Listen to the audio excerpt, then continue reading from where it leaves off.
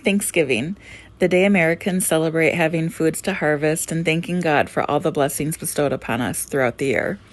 That Thursday in Reidsville, North Carolina, held a different solemnity to one family who was short a son and brother. The year before, a woman, Bet Hammer Meeks, filed for divorce. Approximately 1 year later, the divorce was put on hold as Bet reconciled with her husband, Stephen Victor Meeks. In 1988, their children were aged 11, 10, and 8 years old. The Wednesday before Thanksgiving, the trio went to church with a friend. When they returned, their father, Steve, was nowhere to be found. Thanksgiving morning, the Meeks matriarch, Ruby, had the oven baking and coffee brewing.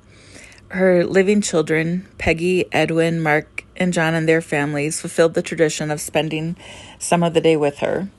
Ruby's husband passed nearly a decade earlier in 1976, and her 3 youngest passed years before their father. This year, Stephen, one of 6 children, was missing. A week after Thanksgiving, Steve's sister Peggy filed a missing person report with the county sheriff's office. The Rockingham Sheriff's Office is investigating all leads and can be reached at 336-634-3232. The dinner hosted their memories of Steve and trying to figure out what happened to him. Steve took his mother, Ruby, to shop at the new Kmart in town the Saturday before Thanksgiving. He didn't say anything about leaving, but him buying new clothes did make Ruby wonder. Investigators knocked on the door in the vicinity of Route 5 and Box 58H in Reidsville. Bet answered the door and told the investigators that her and Steve recently got back together, but had had an argument. He packed a couple suitcases and left around 5 or 6 a.m. on Thanksgiving morning in his black Ford truck. With the children in a different room, they told the investigator that their father wasn't home at all on Wednesday night.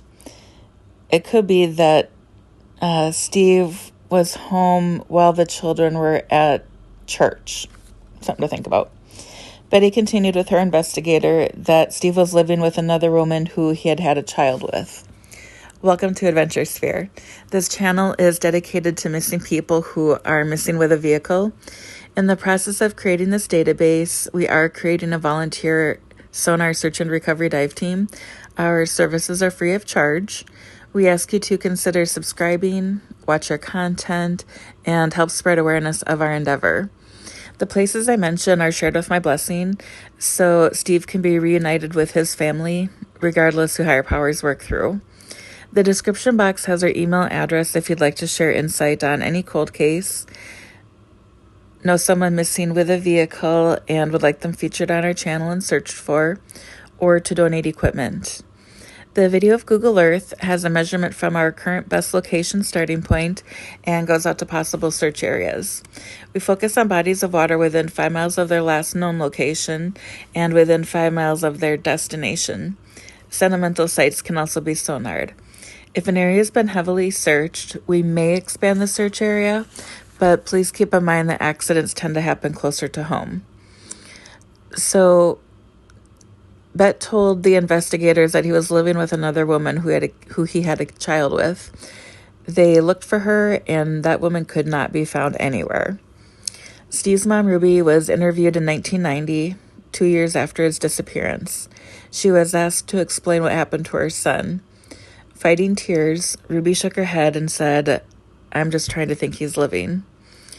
Investigators relentless. They sent his dental records to be checked against unidentified bodies in South Carolina, Florida, and Arizona. His sister-in-law, Elaine, described Steve as a mama's boy and didn't like being away from home. Prior to his disappearance, Steve hired a lawyer to get custody of his 3 children. I found it interesting that the attorney he hired was based in Naples, Florida. Was he planning to move to Florida? Did he keep a property there to snowbird? Steve's brother Mark wants to know what happened to him. I'm sure his children share the same desire. Detectives found nothing to make them believe he's still alive. My question is, what makes them believe he isn't? A couple weeks later, December 1988, Bet and the children moved to Naples, Florida, and and with the man that Bet had lived with previously. The divorce was finalized on April 4th, 1989, and Bet married the man she was living with 11 days later, on April 15th, 1989, according to the court records in Collier County. Steve's family was interviewed again in 2001. Investigators are working a few theories. 1, he's alive. 2, he was the victim of a homicide. In the 11 years since her first interview, Ruby was since diagnosed with Alzheimer's and moved into a nursing home in Greensboro. Ruby's optimism ruled out a funeral, memorial service, and closure. Similarly, Marks is not ready to think about homicide, suicide, or a random accident.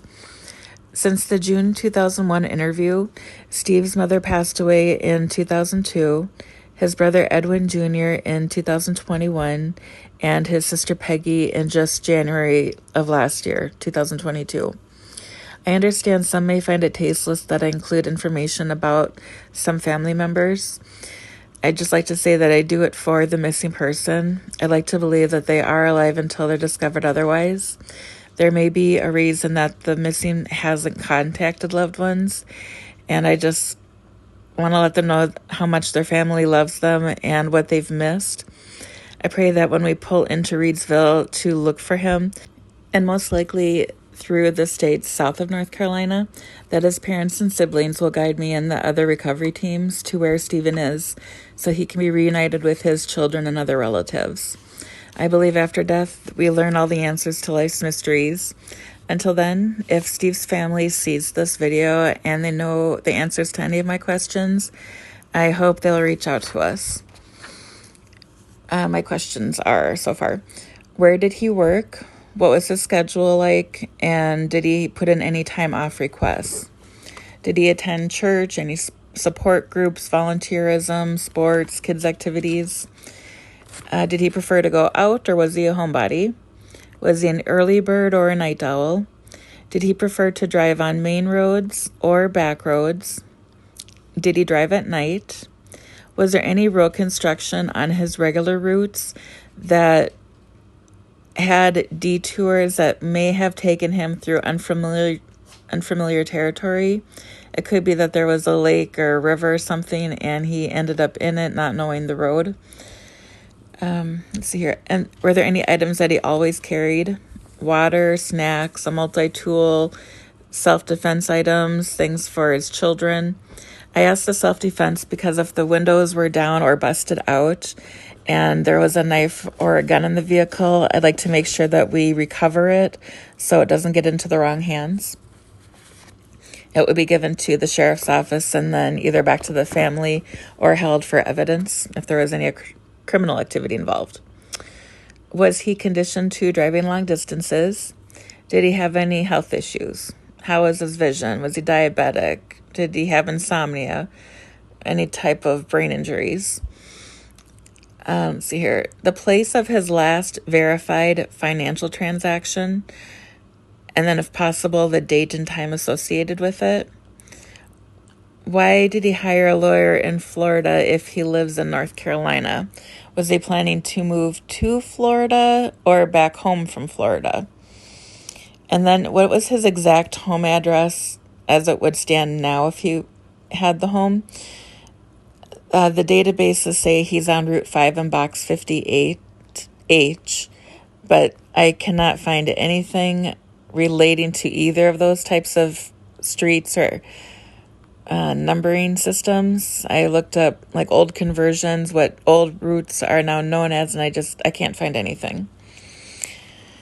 Let's see here. So the areas as it stands now that I would like to search, I think the front runner will be Lake Reidsville, followed by Lake Hunt.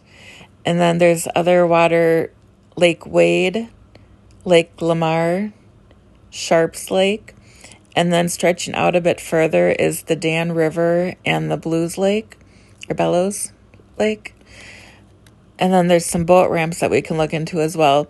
I really like that Lake Reidsville because it has a park, a campground, and a boat access. There's also boat ramps at Shallow Ford paddle access. So if we put in our little rubber dinghies in there. We could probably access it. There's the Ford Island boat ramp, the Draper boat ramp. Dan River has an access boat launch, and then Lake Townsend has a marina to it. If you'd like to help Steve's family find him, please subscribe, give the video a thumbs up, and ring the notification bell to receive progress reports. I'll let the video play out so you can see the entire search area. If you see something I missed, please let me know in the comment section below. Thanks for watching, stay safe, and remember that we love you.